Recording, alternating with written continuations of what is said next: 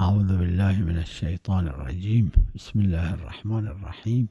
In the name of Allah, the most compassionate, the most merciful. Fatima Zahra, peace be upon her, in her very important sermon after a prophet's martyrdom, among her advices in that sermon, she said in a statement, God said that the one who visits his families live longer. By family, it is meant that they are related to each other. Uncles, aunts, nieces, nephews, they are all related. They are all from a grandmother and a grandfather. So they are families. And God has appointed some rules regarding families. Some of them are obligatory, some of them are recommendatory. And he also talked about very important issues. The family members should treat each other in positive ways. As we are buried in the grave, one of the most important issues that can spare us from hellfire is the issue of visiting family members. And if we did not used to visit our family members, we will face torments in the grave once we are buried. There are the results for visiting family members God has appointed. There is also another aspect for the issue which Fatima Zahra talked about, is the matter of longevity in this world.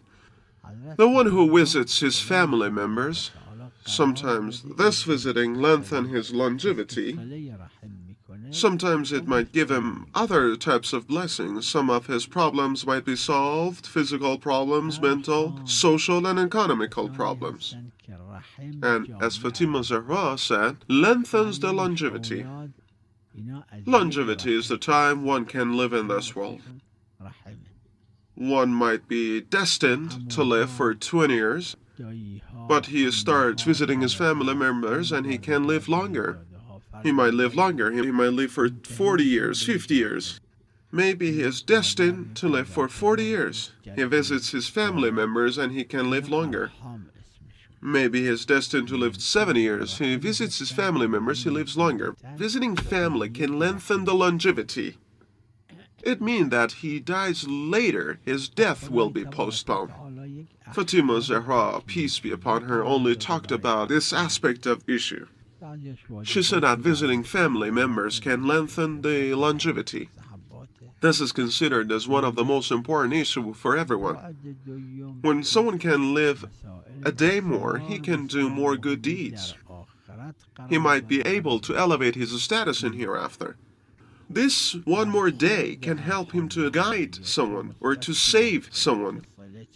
Once a scholar said, a young man came to me one day. He was really upset. The young man told me that he intended to commit suicide tomorrow. The scholar said, I didn't know how to talk to him out of it.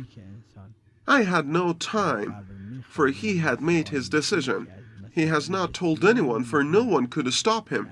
I told him, may I ask you something? The young man said, if you want me to forget about committing suicide, I will reject you. So then, don't ask such a thing. The scholar said, I want to ask you something else. He said, no problem, whatever you say. The scholar said, will you obey what I say? He said, I promise. The scholar said, when did you make a decision to commit suicide? He said, tomorrow at 10. The scholar said, I ask you to commit suicide at 11. He said, what is it in it for you? The scholar said, do you lose anything? You made your decision, do it at 11. He left and came after 11. This delay made him reconsider his decision. What the scholar said saved the young man. And the young man did many good deeds in the rest of his life. Sometimes 1 more hour could be really useful for someone, and visiting family can lengthen our lifetime. And if we stop visiting our family, it has the opposite effect. It shortens the lifetime. There are many verses regarding this issue. There is a tradition quoted from Prophet Muhammad, peace be upon him, in which he says, sometimes when someone has only 3 years to live, by visiting family he can live for 30 years. And sometimes if he has 30 years to live and he stops visiting his family, he lives only 3 years. For example, he was 60 and he was supposed to die at 63. He starts visiting his family and he can live for 30 years more. Or it might be the opposite case. And as we conclude from the tradition, the numbers are not certain. And there are plenty of traditions and stories regarding this issue, and we'll learn many lessons from them. There is a tradition quoted from Imam Kazim, peace be upon him. It was in a time when Imam Kazim lived in Mecca and he was hidden in a house.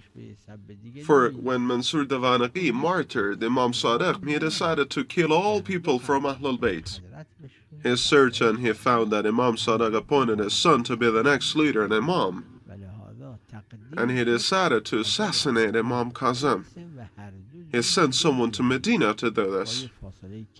There is no doubt that God has given infallibles any types of miracles, but they were not supposed to do miracles all the time.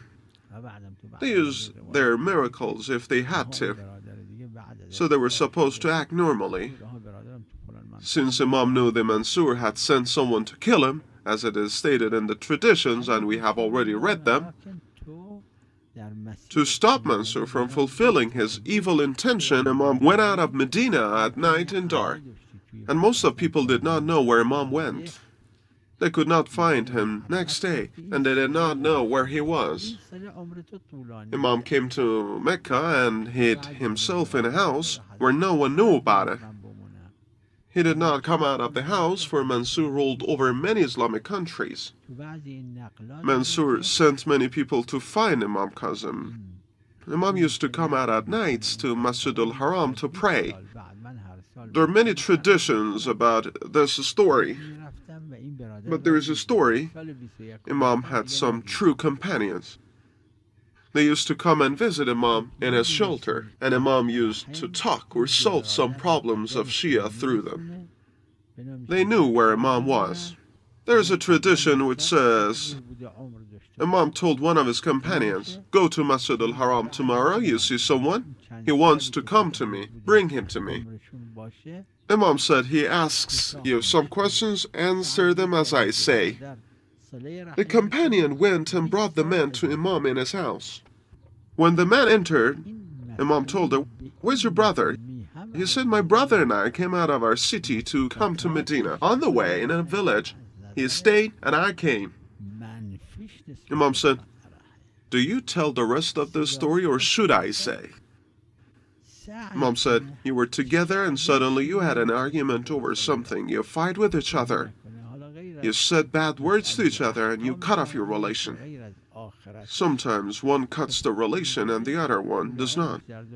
Sometimes one swears his family member and the other one does not answer him back. Sometimes both cut the relation. You both cut the relation. And now you were destined to die soon. Your brother dies before he gets to the city. And as traditions say, his brother died before he could make it to the city. Imam told him, you were also destined to die while you were coming, but since you have an aunt in that village, you visited her, and this lengthened your lifetime. He asked Imam, how long will I live? Imam said, it lengthened your lifetime for 20 years. Someone said, I used to visit that man for 20 years since I used to go to Mecca for a pilgrimage. After 20 years, I did not see him anymore. Those brothers cut off their relation, and they were destined to die sooner than they were supposed to. And then one of the brothers started visiting his family members, and it lengthened his lifetime for 20 years more. This issue is really significant. We must do our best to visit our family members. Regardless of its religious rulings and the blessings in hereafter, it lengthens the lifetime in this world, and this might help him to good deeds. And we must not cut our relation with our families, even if they cut their relation. Cutting means separation. This needs determination, and it is really difficult. We, regarding our close family, should do every good deeds we can, like financial help, or like making a call to greet, or even a simple hello. It lengthens our lifetime. And we must visit our close families as much as we are able to.